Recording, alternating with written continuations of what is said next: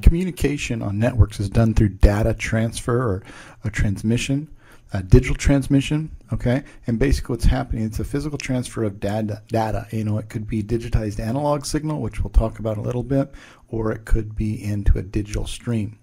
It goes over from one point to another, just like that picture, basically. The little lines are going from one device to another. You know, it can be point to point, or it could be multiple points.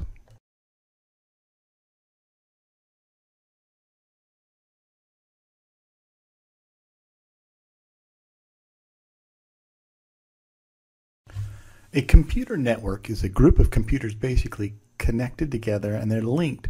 So they have communications channels where they can actually facilitate the network and facilitate the communication, the resource sharing on a much bigger perspective. You know, we get rid of the fact of having to save things to USBs and transport them. We have wires, and they're basically broken down. All these wires and how they are set up in patterns are broken down into characteristics, which we're going to learn later on as we go. But computer networks help us by connecting these wires or wireless. We're connecting and facilitating the email system, the video sharing, you know, the conferencing, the email, enabled sharing hardware with others like a printer or a scanner, file sharing across the network, able to print from your desktop to the main printer in the main office because it has color, whatever you want to do. Remote access from home. These are all things that networks allow us to do that previously we didn't have access to.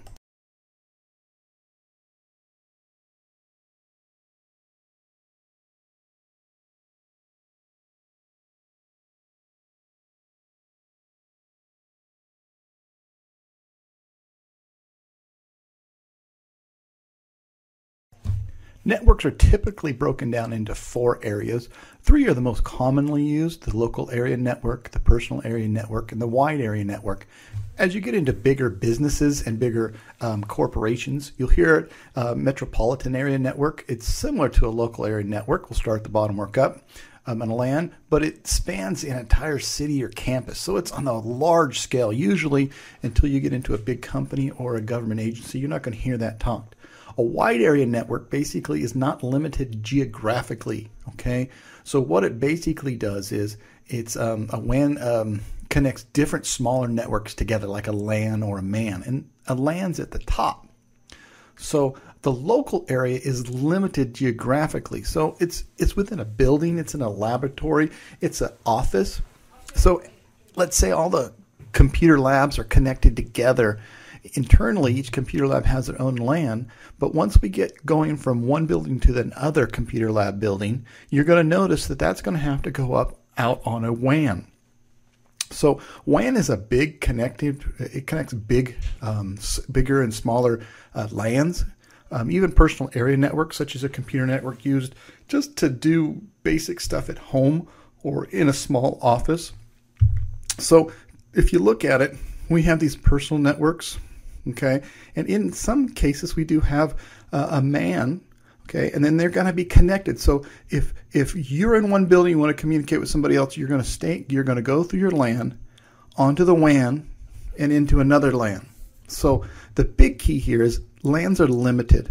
Personal area networks are limited basically too. But the WAN is going to connect everybody together. Okay, even the bigger MAN connectivity. So this is kind of the structure. We'll get into topologies in just a little bit of how you lay it down and what type of network characteristics it has. But no matter what it looks like on your internal network, if it's a peer-to-peer or if it's a client server or even if you have it set up in Star Token Ring, it's going to be some type of broken down into a LAN because it's limited geographically, or a WAN. And that's basically the only time you'll have a WAN is when it's connecting 2 smaller networks together to make a bigger structure, kind of like what we've done with the internet. It webs things together.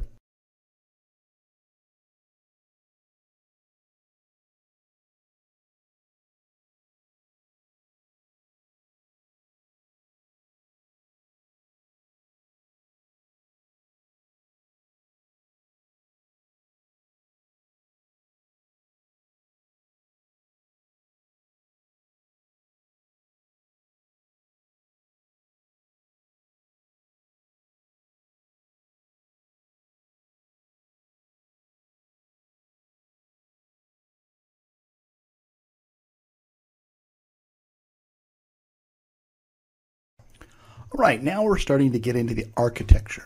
We talked about the LAN, the WAN. Now we're going to dive into a LAN area, okay? So we're in a LAN looking at how it's kind of structured, the architecture. And usually it's broken down into two. You've got a client-server network. It's where one server or one computer is centralized and everybody else revolves around it, kind of like a hub system. It's the base, it's the mothership. Everybody goes through it. Then there's the peer-to-peer where everybody has control. So you don't have a server, you don't have a main connect area. You might have 5 computers in there and they're all the same. So that's kind of a peer-to-peer, and they go from one computer to the other and kind of daisy-chained together. Most small offices are probably set up like this, but it's very easy to set up in a client-server network because client-server network gives you, one of the big deal is, it gives you some security and some logon rights so that not everybody is utilizing or able to utilize that you don't want your resources.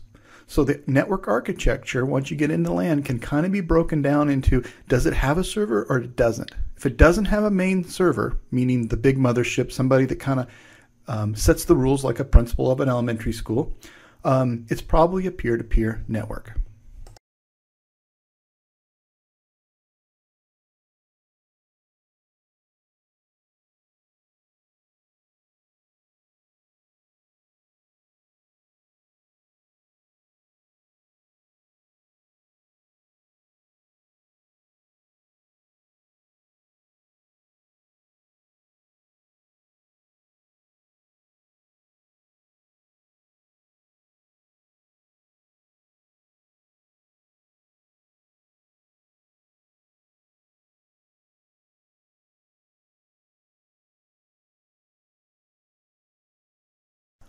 All right, it's very important that you watch the previous video because it really laid down the foundations, and I'm not going to overkill this thing. But network topologies, remember we talked about the LAN, then we talked about it as a client-server network. Now we have to figure out how is it physically laid out. Okay, there's the star network, which they kind of talked about, where there's a center and everything radiates out. Okay, it's the most popular one out there, so you really need to be aware of that. The ring topology, the video goes in and kind of says they don't see too many of them. I know Fresno State still has it on the outside, so they have some star topology built in inside in all the little buildings, and if you have to circulate the campus quickly, they will do it on a ring topology. Then there's the bus system. It's kind of very linear. I always like to look at the bus system as like your sprinkler system. Okay, here's the only problem with the bus system. If you were on a bus, what happens if you break a sprinkler? All the water squirts out there.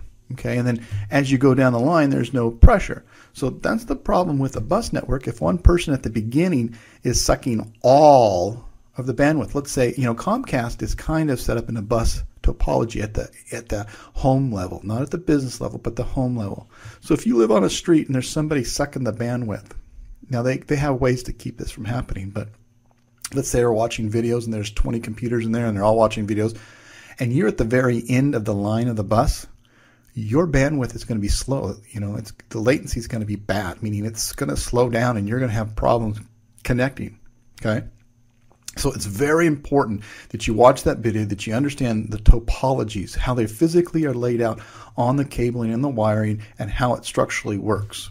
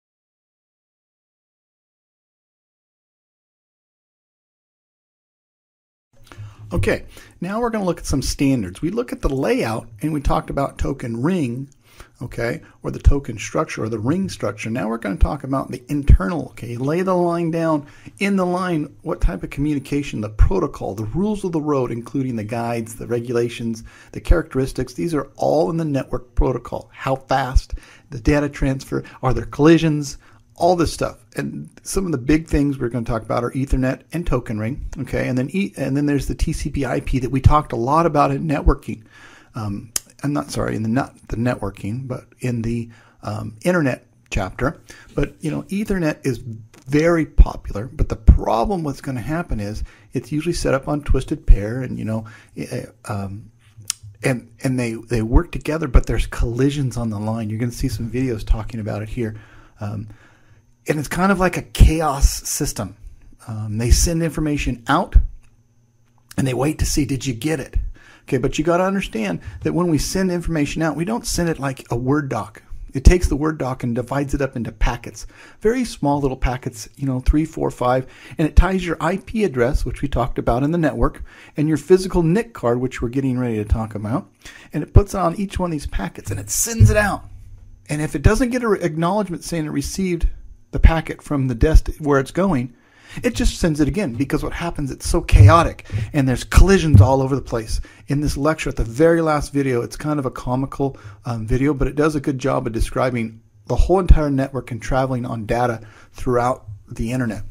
Okay, token ring is what goes on a ring topology, and basically it's like a little token that spins around, and it goes from one machine to the other, and when the machine wants it, it says, hey, hold on, stop right there, I want to put a token on there. Okay, there's a video coming up, or you maybe already seen it, that talks about the insides of the token ring and how it's passed.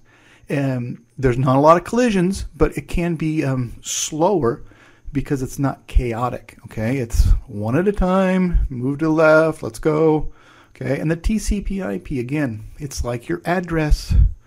Okay, it attaches everything at home. If you send a letter to somebody, that's how it gets there. TCP/IP is the rules of the road for the internet.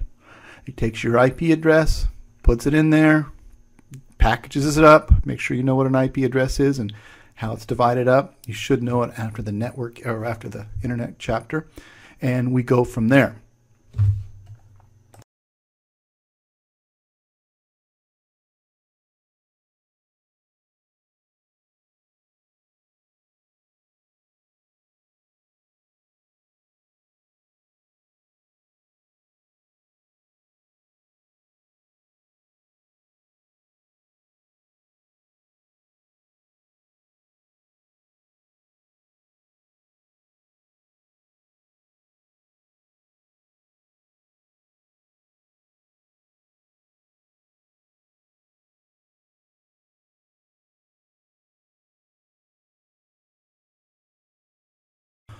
More networking protocol here. You have Bluetooth, you have Wi-Fi, and IRDA. Now, Bluetooth was originally coming from the European side, and you know what? They started to put it into personal computers, and the PDFs and all this other stuff. But what it's really landing on, it's a wireless signal. Okay, it's a short term. It's a short distance. Okay, about 30 feet is the distance. So Wi-Fi can go a lot farther, but you're seeing it landing in the car industry. So a lot of your cars are setting your smartphones to the Bluetooth, your headphone systems. You're even having it now Bluetooth infiltrate your entertainment center. So, but these are protocols. They're rules. Bluetooth has certain rules. Okay, and that's what we're trying to get at with what's going on with Ethernet and all this stuff. So they're still kind of grouped together, but these are more your wireless protocols here. You have your Wi-Fi. It still basically facilitates, with your smartphone and your networking devices and your hubs and your switch. So those are kind of two standards. But if you're going for the distance, you're going to do Wi-Fi. If it's a short distance, headphone distance, smartphone distance to the car, you're going to do Bluetooth. Okay.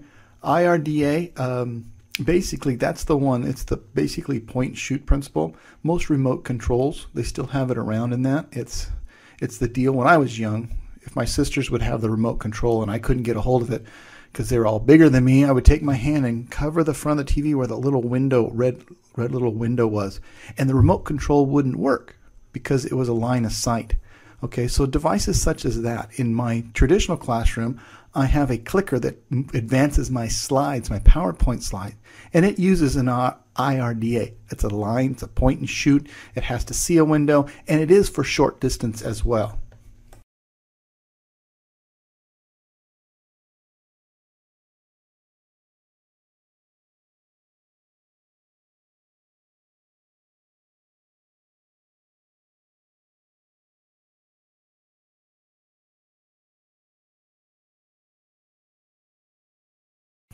All right, the last standard we're going to talk about is RFID, which is a wireless frequency. Okay, they use it wirelessly to go to some type of a barcode system, electromagnetic field. It transfers data, and it's a small amount of data, and it has to be within 20 feet. If you look at the diagram there to the left, you'll see what happens. Trucks come in, it goes through a scanner, it automatically picks it up, it puts it on the wall. It's a processor. It cuts down on manpower, okay? Walmart is already using it. UPS always using it. I always like to see, if you look at the Minority Report, where he walks in and is able to identify who that person was in the movie Minority Report. It's all done by wireless, okay? You'll have a barcode. Pretty soon they'll get rid of checkout counters because they realize that if you wait in line long enough, buyer's remorse is great, and you might return it, especially, sorry to pick on you women, in women's clothing area. If you're waiting in line, you can talk yourself out. So like you go to the Mac or the Apple store, they'll say, here, check you out right there. All are going to be done RFID. If you're ever sitting home or you want to Google a good show, I recommend that you watch the Walmart story. Believe what you want, and I am not doing a political thing, but from an IS standpoint, what they're doing with tracking and delivery, they're even looking at weather patterns in certain areas. They're saying if this basically region has the same weather pattern as this region, and this product is selling well, let's move the same product into this area because they have the same climates. Or they look at these weather, if a tropical storm's coming in or a hurricane. They know what sells the most during hurricane, and they start moving the product. Hot dogs and plywood, it's going to those Walmarts, okay? So they do a really good job of using data, RFID, to check what's happening. The only downside about RFID, it really does cut down on manpower. So as we get these into the hospital systems and everything else, we're going to need less data entry people because it's going to be done already. We're going to know when you check out things, and we might not even need a clerk there to respond to it because as you walk in, it's going to say, oh, Mr. Neighbors. Mr. Neighbors puts XYZ into his shopping cart, and as he walks out, it says, thank you. It's already billed his credit card. You walk through these little sensor things, and it's done.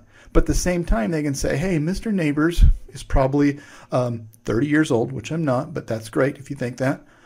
He buys this products. Well, okay, 30-year-olds buy these products. Let's make an aisle.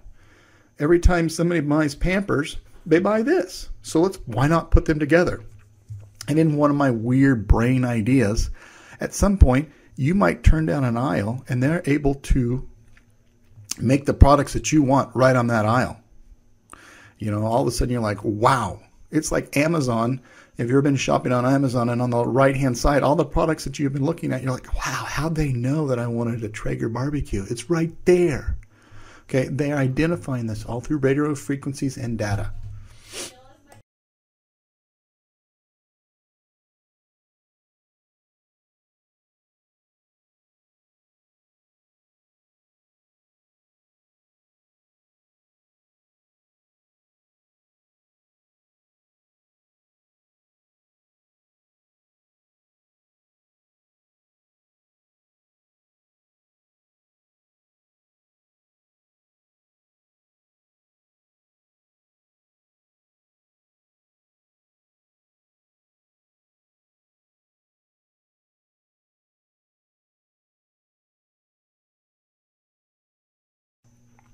As you look here, there's a chart that shows the different speeds, okay, of the bandwidth and different types of tunnels, I would you say. It's much like roads, highways, and freeways. You know, you have cabling, DSL, ISDN, and it goes all the way down. And I don't have the price of each because it changed so much, but those are the speeds.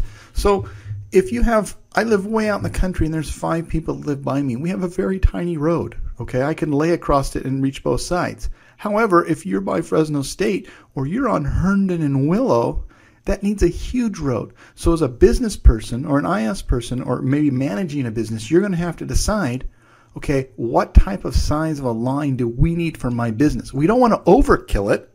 You know, we live out in the middle of the country and you don't need 6 lanes out to there.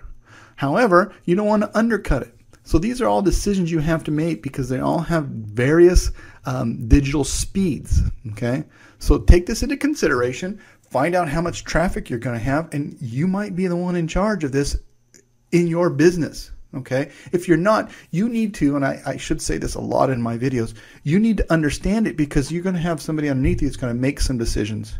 And if they don't think you know what you're doing, you're going to end up with a really fast network for 5 people, and you're going to be spending a lot of money, and somebody's going to turn to you and say, how come we're not profiting? Well, could be that you're overkilling in the area of IT. Now we're going to start looking at the hardware, what it takes to really, once you get the topology laid out and you got your computer, you know that you're on a star network running Ethernet with TCP/IP.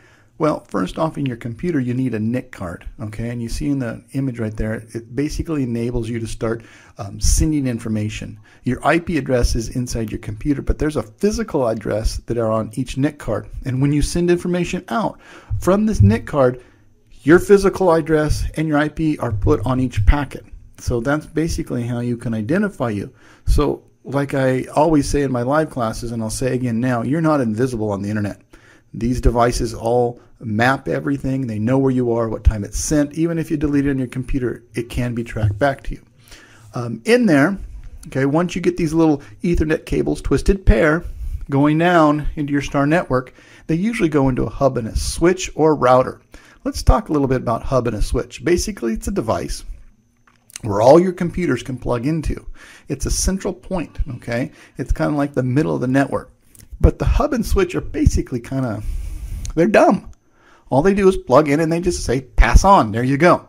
Everybody can see both sides. They can flow from one side to the other and you get to see what's in there. From a network standpoint, the security issue could be a little bad. Okay, what I always like to do is do routers because routers are more intelligent, and we're going to talk about that in a couple slides here, what a router is. A router will not let people see on one side the other side. Okay, it's kind of like a cloud, but not a cloud. It's just, there's something over there, and I know it is if you're like trying to hack it, but I can't see it. With a switch and a hub, they say, come right through.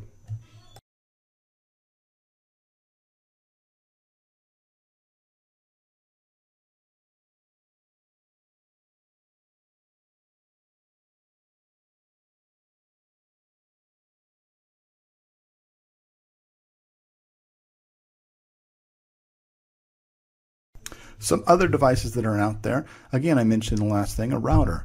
You know, it connects multiple devices, much like a switch or a hub. Okay, but there is some control on. If you look at it, there's the in and the out. It kind of does like a firewall system. Most of them have them built in.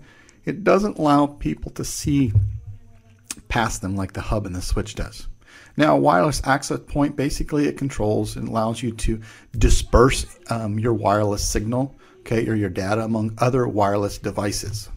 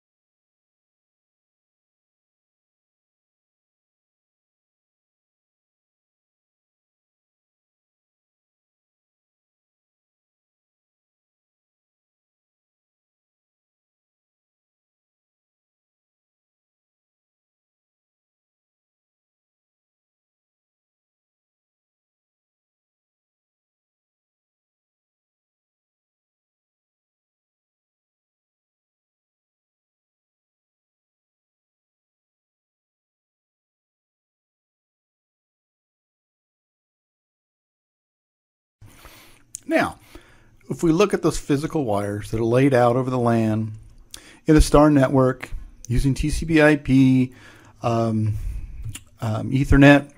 Now, the physical look, there's the cable or the coaxial cable. And if you look there, there's some good examples, like your internet's probably coming in if you have Comcast this way. They have a copper wire in the middle, then it's wrapped and insulated, and they put the copper mesh on the outside, and then they put another insulator. The copper mesh is there, the woven braided metal is there so that you don't get electrical interference, so it disturbs the signal as it goes down. It's a very quick and easy way to distribute information and data across the network.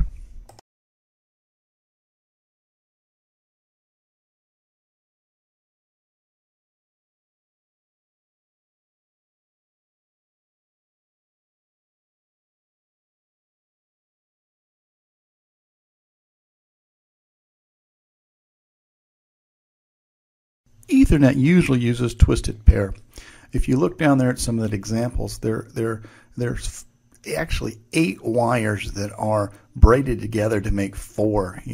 Right here in this diagram we have green, green, white, brown, brown, white, orange, orange, white, and blue, blue, white. Meaning the blue white means the white has some blue on it, and you braid them, and all the way down the line it's braided, and then those are braided. So what happens is they're all afraid.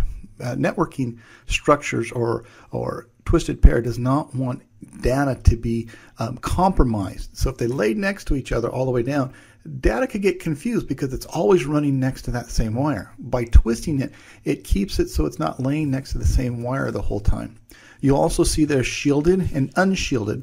The shielded then wraps around outside of the braided information, and it keeps the electricity from messing up or any other signal that can cause interference within these lines. Hence the word twisted pair.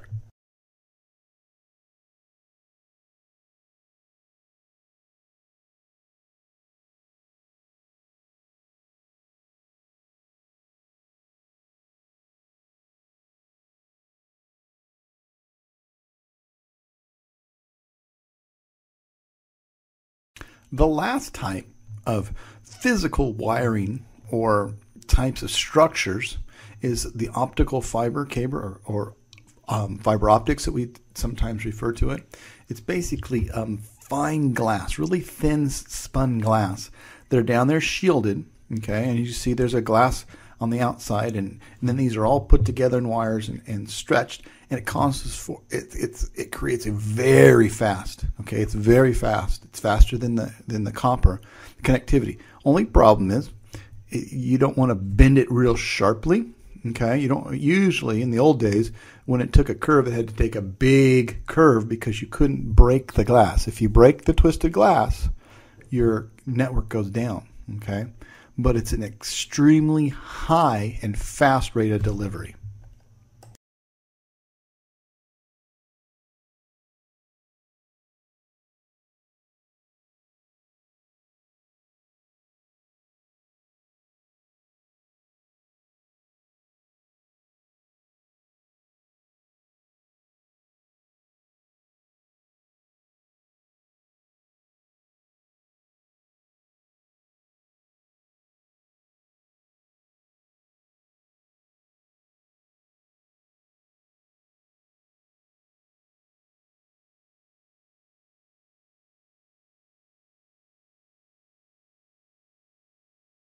Another type, and this tends to be wireless, is your microwave signals, okay?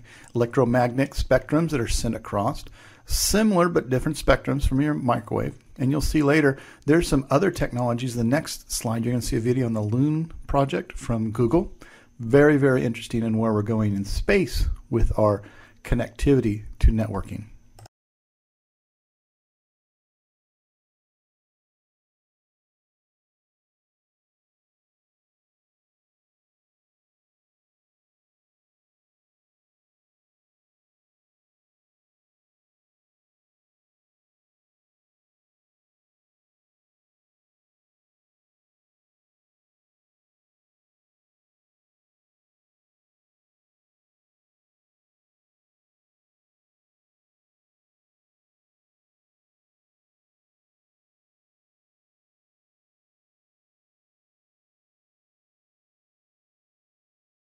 please go ahead and watch the 2 videos that talk about the Google Cloud structure and their data centers.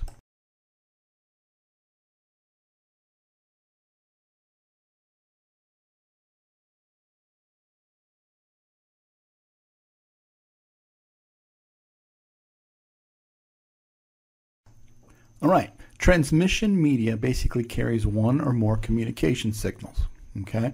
The broadband is basically the media transmits multiple signals simultaneously, okay? The bandwidth is how big the size is. We talked earlier about the road, how much information can travel over that transmission media. And latency deals with is it, the slowdown of a network. So if you've got a lot of stuff going on, if you're driving in traffic in LA, there's a lot of latency, okay, on that network of cars. That's what we're referring to here.